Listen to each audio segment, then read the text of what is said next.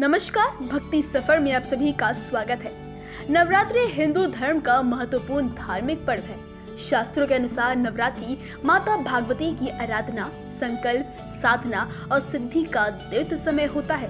तन मन को निरोग रखने के लिए शारदीय नवरात्रि बेहतरीन दिन माना जाता है। देवी भागवत के अनुसार देवी ही ब्रह्मा, विष्णु और महेश के रूप से सृष्टि का सर्जन, पालन और संहार करती है। भगवान शिव के कहने पर रक्त बीज, शुभ निशुभ, मधुकोटक आदि दानवों का संहार करने के लिए मां पार्वती ने असंख्य रूप धारण किए हैं, लेकिन देवी के प्रमुख 9 रूपों की पूजा अर्चना की जाती है। 26 सितंबर को कलश स्थापना के बाद शैलपुत्री की पूजा का विधान है। शैलपुत्री को सौभाग्य और शांति का देवी माना जाता है। नवरात्रि के प्रथम दिन माँ दुर्गा के शैलपुत्री स्वरूप की पूजा की जाती है। शैलपुत्री की पूजा करने से देवी प्रसन्न हो जाती है। इस पूजा से जातक का सूर्य भी काफी ज्यादा मजबूत हो जाता है। इसके साथ ही सूर्य संबंधी किसी भी समस्या का समाधान भी शैलपुत्री की पूजा करने से मिल जाता है। सर्वप्रथम शुद्ध होकर चौकी पर लाल वस्त्र बिछाकर देवी शैलपुत्री की प्रतिमा स्थापित करें। कलश स्थापना कर प्रथम पूजा के दिन शैलपुत्री के रूप में भागवती दुर्गा विनाशनीय की पूजा करें। पूजा में लाल फूल, अक्षत, रोली, चंदन अवश्य अर्पित करें। इसके बाद उनकी वंदना मंत्र का एक माला जप करें। उसके बाद उनके स्तोत्र का पाठ करें। यह पूर्ण होने के बाद माता शैलपुत्री को सफेद चीजों का भोग लगाएं और सभी भोग शुद्ध गाय के घी से बने हुए होने चाहिए। माता को लगाए गए इस भोग से रोगों का नष्ट होता है।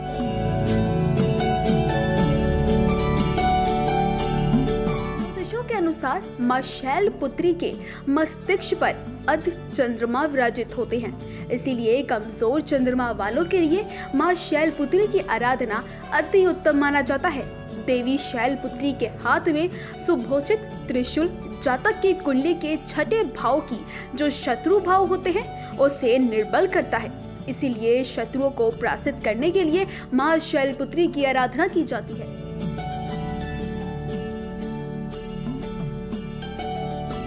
पर्वतराज हिमालय की पुत्री होने के कारण शैलपुत्री का नाम शैलपुत्री पड़ा। अपने पूर्ण जीवन में इन्होंने प्रजापति दक्ष की कन्या के रूप में जन्म लिया था। तब इनका नाम सती था। सती का विवाह भगवान शिव से हुआ था। एक बार प्रजापति दक्ष ने एक विशाल यज्ञ का आयोजन किया, जिसमें उन्होंने सारे देवताओं को अपना अपना यज्ञ भाग प्राप्त करने के लिए निमंत्रित किया, लेकिन शिवजी को उन्होंने आमंत्रित नहीं किया।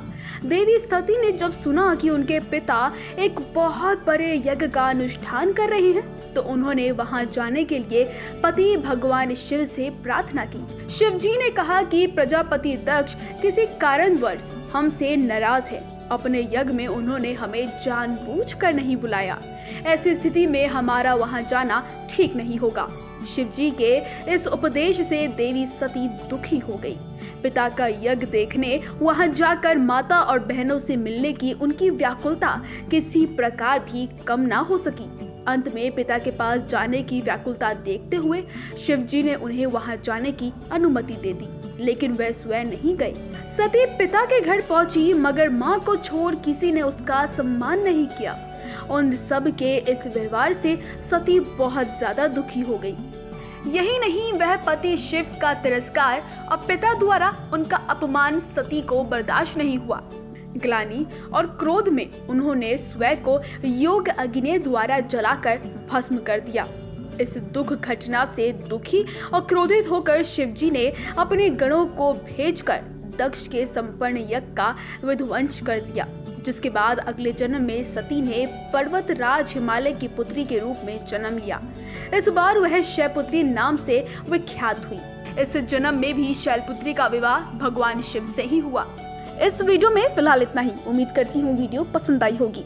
नवरात्रि से जुड़ी हुई ऐसी ही खास स्टोरी देखने के लिए, पल पल के अपडेट्स देखने के लिए आपको बने रहना है भक्ति सफर के साथ।